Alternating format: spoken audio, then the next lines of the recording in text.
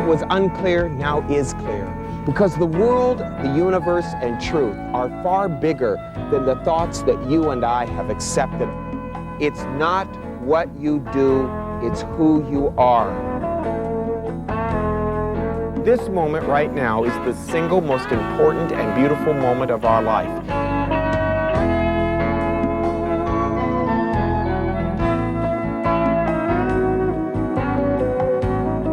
Be in this moment, play in this moment, have this moment, live this moment.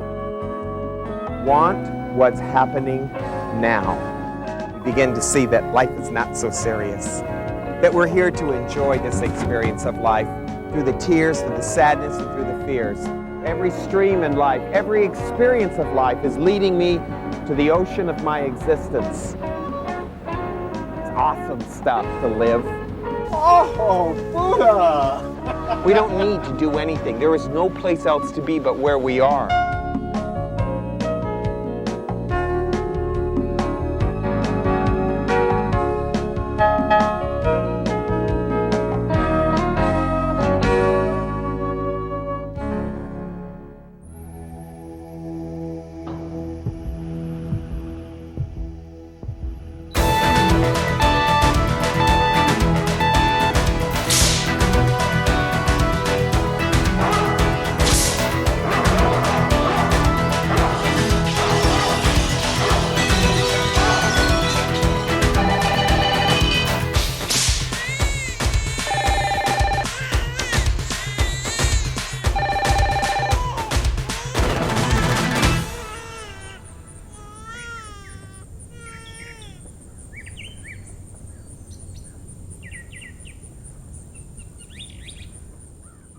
Welcome to our series, Nobody Likes You Anyway.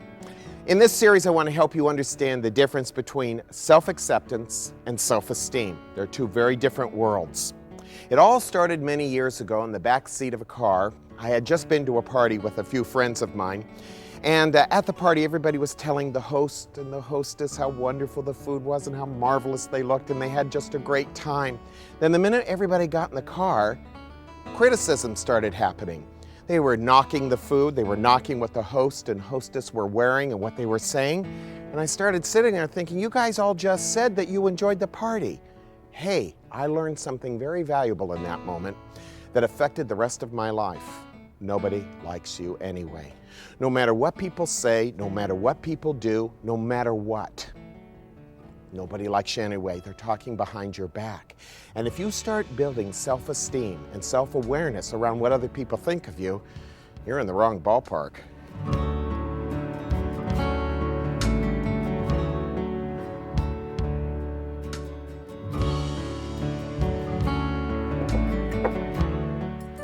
Katie's breakfast. There's nothing like it. It's the way to start a day. Have you ever thought in yourself that much of the way you know yourself, the way you live with yourself, the way you love yourself is based on the whole premise of what other people think of you? And they don't like you anyway. Your mother, your father, your friends, your family. The only way you know yourself is based on the reaction of what other people think of you, how they've responded to you. You don't really just know yourself. You know yourself in contrast to the people around you, the environment around you. What if I were to suggest that the greatest maturity you and I will ever know in our life is the maturity of finding ourselves through love? You and I were born as a tremendous potential, a potential for great love and happiness, great beauty. But we often never go there because we are stifled by what other people think of us. And we formulate our whole opinion of ourselves, our whole idealism, our whole idea on what other people think of us. Self-esteem is based on the premise that you go out into the world and you prove yourself to people. You find out who you are based on other people's reactions of you. How long can you live a life like that and be happy? In all the years I've been a teacher, this has been one of the greatest struggles I've seen students go through. They actually care more about what other people think of them than finding out who they are within themselves. They actually think that what other people have to say about them matters. Nobody likes you anyway. And for you to love or to hate yourself based on the premise of what other people are thinking about you is the biggest mistake you make in your formative years and in your life. I say now is the time to take the step forward, to go towards love and let love define you. Love as God, love as life. And that's what this series is going to be about. How to find yourself through self-acceptance, not the opinions of other people. You will never find anyone in your life who is worth living for like that. When I look at people, I look at them and I understand. I want to be myself. I appreciate them, but I wouldn't want to live their life. I've watched motivational speakers talk about the whole idea of how to manipulate people to get them to think that you're listening, that you even care. This one guy calls it mirroring and developing rapport by copying another person's behavior. Have you ever been fooled by people like that? You think they care about you? You think that they're listening to you, and all they're doing is trying to get something out of you? Hey, nobody likes you anyway. So you got to ask yourself, what's authentic in my life? If everybody's after me, trying to get something out of me, what's authentic? Listen, you and I will never know ourselves as long as we're trying to find ourselves through other people. What other people think of you doesn't matter. What they want out of you doesn't matter. I have to have rapport with myself. And that does not happen through the body and the mind. That happens through your spirit. We don't even care about our spirits in this culture, in this society. I love Katie's food. Forgive me. I've got to charge up here. We don't even care. What matters to you more? What other people think of you or your own spirit? There were two doors there opened up for you. One that said the door to your life or the door to what you want in life. Which door would you take? Most people take the door to wanting. And to get what you want, you have to have other people involved. And you think that if you get other people to believe in you, they'll give you things or they'll help you get what you want. And we don't see anything ugly about that. But there is. Jesus said it so well. He said, the life is more than meat, and the body is more than raiment. Although this food is really great here at Katie's, you need to understand the essence of your life. You and I are not here to be successful and powerful. We are here to find ourselves through love. And the greatest waste of a human life is to miss the opportunity of love in everyday living because we're so busy trying to please other people to get what it is we want or to know ourselves through others.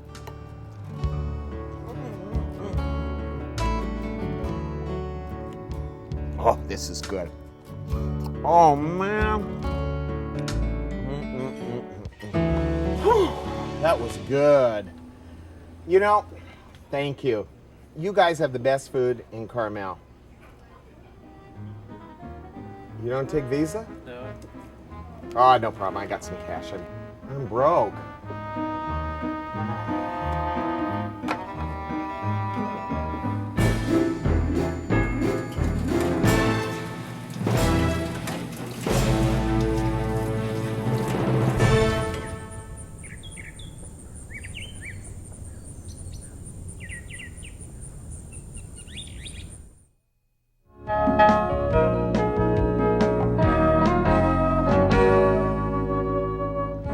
Let me ask you a little question. How many hoops are you jumping through in your life right now with people that you're trying to get to like you or love you or care about you? Do you ever get tired of it? You know, no matter how hard you try, no matter what it is you do, nobody likes you anyway, because no matter how good you are at whatever you're doing to try to get them to like you, you're going to make a mistake. And then they're going to not like you anymore, subtly, quietly. They may never really say anything to you, but you know what I'm talking about.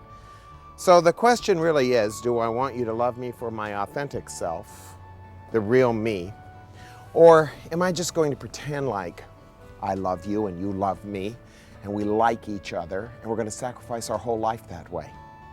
Love has nothing to do with what is right. If rightness is important to you over love, you will never know the true love of your life, which is you. Hey, living to make other people love you, like you, esteem you, give you value is one of the sickest ways we can live our life. And in our culture and in our society, it is the only way we love each other. We only like each other because we see something that someone can give us, something that someone can offer to us, something that someone can give to us to make our life better. That's not another person's responsibility. Your responsibility is to take care of yourself, to bring to yourself the essence of love, a spiritual practice brings us to love. It is not about philosophy. It's not about religion. It's not about right and wrong. It's about love. When you start being interested more in love than in what other people think of you, when you're more fascinated by what's going on within you rather than what other people think about you, you start entering into a very powerful experience. Start opening up new doors inside of you. Nobody has to love you. Honestly, nobody does. If you love yourself, what does that matter what other people's opinions about you are? It doesn't matter at all. This is not about being self-confident. This is not about self-esteem. This is about self-acceptance. How do you accept yourself? Most people have a vision of themselves based on the ideas that other people have suggested. But I say direct experience is everything. If you have a direct experience of your true self, through silence, through meditation, through quietness, you're going to find that other people's opinions fall off the tree, just like autumn leaves. It won't matter at all to you what they're thinking, because really nobody likes you anyway. Why? Because they don't like themselves either. And so it's a vicious circle of people trying to get you to like them, you to like them, you to like them, you to like them, and then you to give to them, you to give to them, you to give to them, until it just goes around and around and around, and it gets very dizzy. Life becomes a blur, and before you know it, you're just doing things to get what you want. You're not living for who you are. And if you miss who you are, you'll never know what you truly need in your life, which is the love that goes beyond your mind and your body. The saddest aspect of all of this is that most people go through their whole life and never know who they are. Let me tell you something, you'll never know who you are based on your mind and your body. You can look in the mirror, that doesn't show you who you are. That shows the appearance of the union of your mother and your father. Your mind belongs to the culture, belongs to the society. You think the way the society thinks, right over wrong, good over bad. That's not you. So how are you ever going to know who you are? You are something other than what you've been taught. You are something other than what you've been told. The only way you'll ever know yourself is through love. Love is not found through thoughts, and it's not found through emotions, not through passion. It's not found through what other people think of you. Love is found in your deepest silence. The more meditative you are, the quieter you are, the more you're going to know yourself. You have to begin to find out who you are beyond what you've been taught and told, to live beyond the circumference of what you've been comfortably living under. Then you start breaking code and start realizing that the real art of life is the art of living you authentically and real, to be true to your real self as love, to be true to your spirit, and to allow this human experience to give expression to your spirit instead of your spirit being given expression through your human experience. We live our life topsy-turvy, and because of that, we forget what a wonderful piece of work we are, what an art our life is.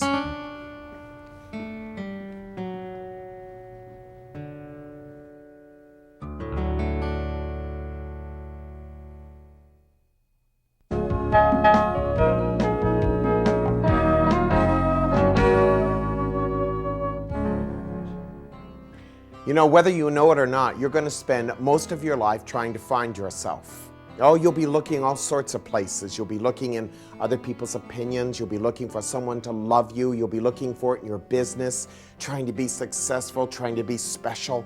Everybody's trying to find themselves.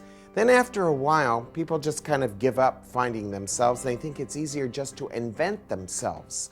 So they try to invent who they are by adopting a philosophy or persona, or changing their body and changing how much money they have or where they live, changing their possessions. Everybody's unique. I love these paintings. All these faces are such unique individuals. Don't try to be different than other people. Don't try to invent yourself. You will never be able to find yourself while you're inventing yourself. Life is not a matter of manipulation. You may be able to manipulate people, but you cannot manipulate life. Life is authentic.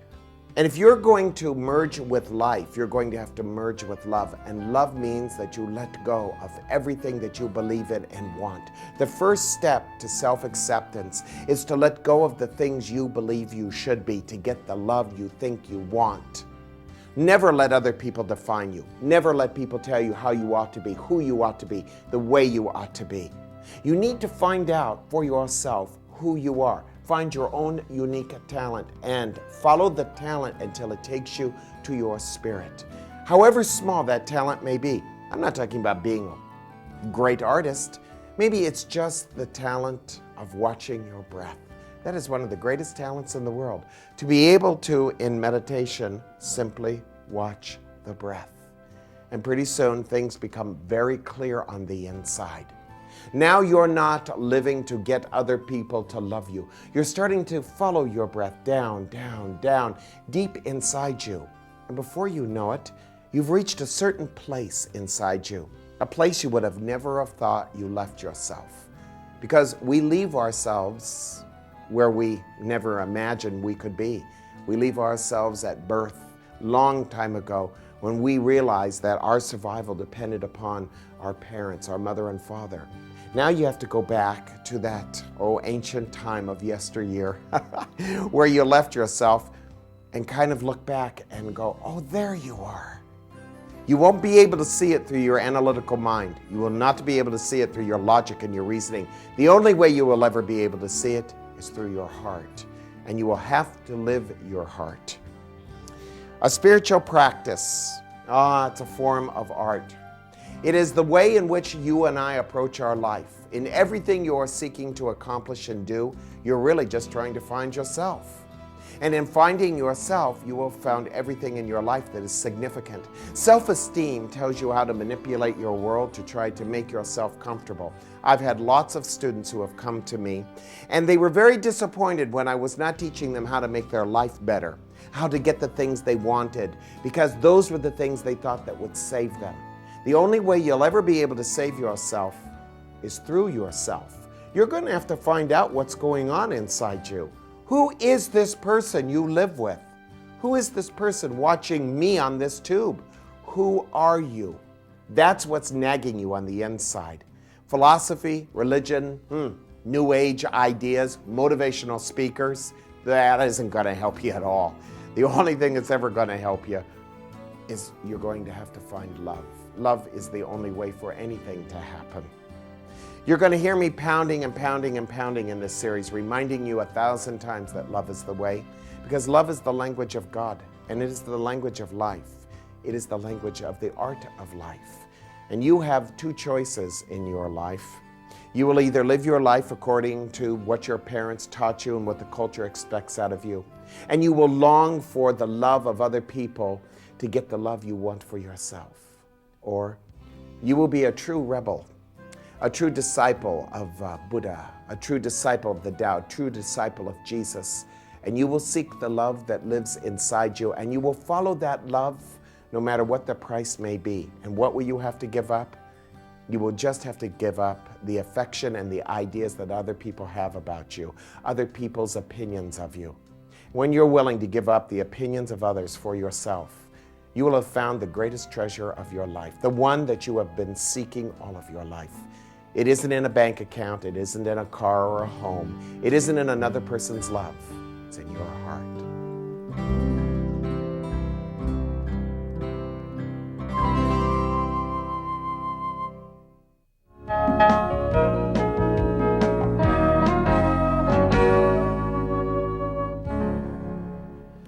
We decided that we would end every one of our programs here in the graveyard.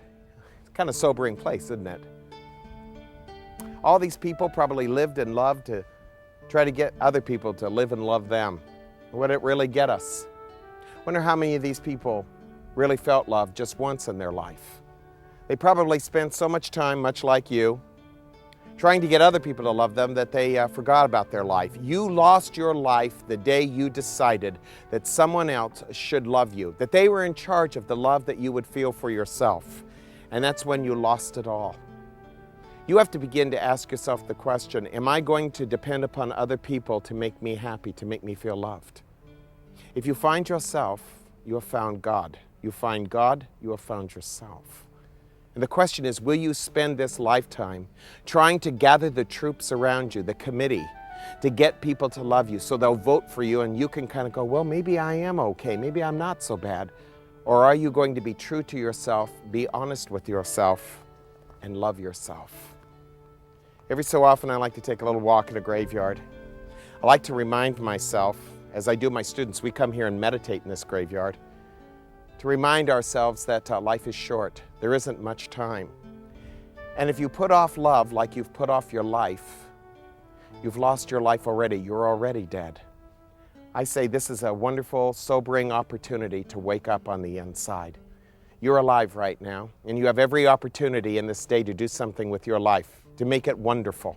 The way you'll do it is not by pleasing others, but by finding yourself through meditation, through a spiritual practice, through your heart, your soul, your essence, and then following your spirit, no matter what your body or your mind or your ego or your vanity or your pride may say.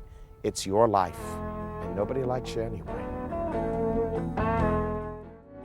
I'm going to try to be offering to you the insight that is going to help you free yourself of the Greg Penn stupidity, that you'll lose their love, or you'll lose their respect, or you'll lose your mouth and you'll have to do this all over again. Your thoughts belong to the culture, to the society. Your body, it belongs to the monsters that live in your head. You're going to have to get involved with yourself a little bit.